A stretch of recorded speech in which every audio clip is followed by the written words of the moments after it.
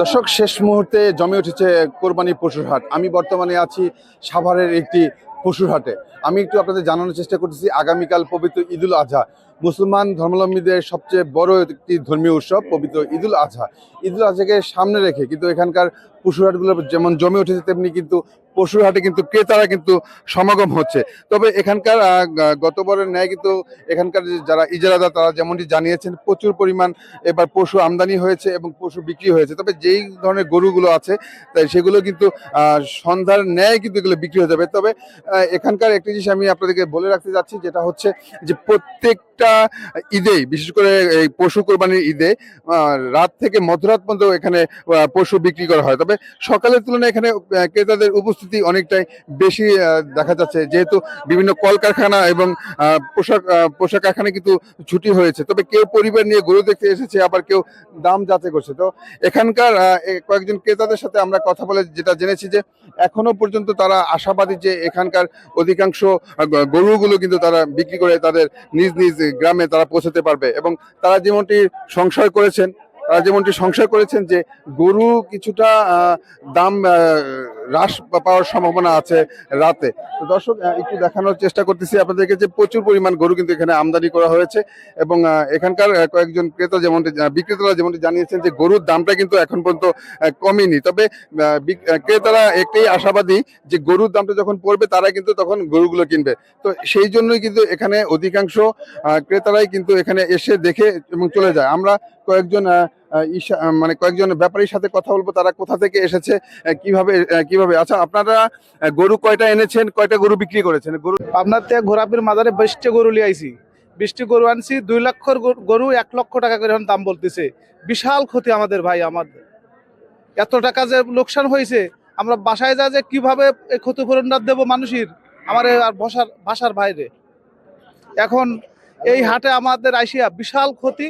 আমার হাটে আমাদের এখন যারা আইসি সবারই ধ্বংসের পথে, এখন পথে বসা ছাড়া আর কোনো উপায় নেই। পথে বসে যাবো আমরা।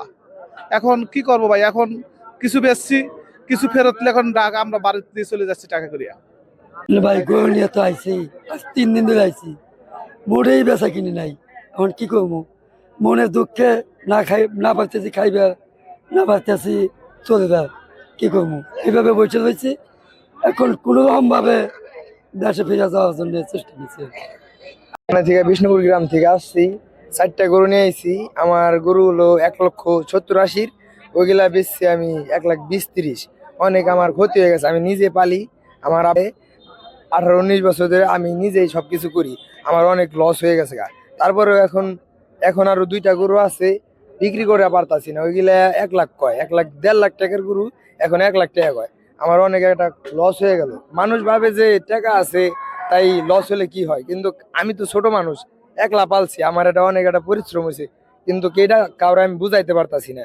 মনে করেন আইসা দামও কয় না, অমনি ঘোরাপির মাজারে আছি এখন। গরুর দাম অনেক কম মনে হচ্ছে আমার কাছে। আমার যে গরুটা আমি 1,62 দিয়ে কিনছি, অন্যান্য বছর মিনিমাম 1,80 থেকে 90 যাবে। আমরা গরু কিনা শুক্র আলহামদুলিল্লাহ অনেক খুশি। মানে আমার দুঃখ বলার মতো কোনো নাই, মানে এতটা খারাপ লাগতেছে। মানে 2 দিন ধরে হাটে দাঁড়ায় রয়েছি, মানে দাম কালকে যা বলছে, তারপর মনে করেন যখন গরু প্রতি আমার খাদ্য মিলে, মানে খাদ্যর যে দাম, ওই খাদ্যর দাম উঠতেছে না। আমার এত খারাপ অবস্থা, আমার খাদ্যর দাম উঠতেছে না, এরকম অবস্থা। আর একটা গরু আমি আনছি, ওই গরুতে আমি 7,000 টাকা লস দিয়ে বেচছি, 7,000 টাকা লস দিয়ে বেচছি। আর 2টা গরু ভাই এখন আছে, দেখি ভাই আল্লাহ ভরসা, মনে হয় না ওরকম না, কাস্টমার নাই। তো দর্শক, যেমনটি জানিয়েছেন বিক্রেতারা, তাদের যে পশু যেগুলো আছে, যেগুলো যে দামটা তারা চাচ্ছেন তার অর্ধেকও দাম বলছে না এখানকার ক্রেতারা। এবং পাশাপাশি ক্রেতারা বলছেন রাত যত গভীর হোক তারা পশু নিয়েই যাবে। সবকিছু মিলে ঈদ যেন নির্বিঘ্নে তারা করতে পারে, এমনটাই প্রত্যাশা করেছেন এই পশু ব্যবসায়ীরা। সাভারের থেকে সোহাগ হাওলাদার, বাংলা নিউজ।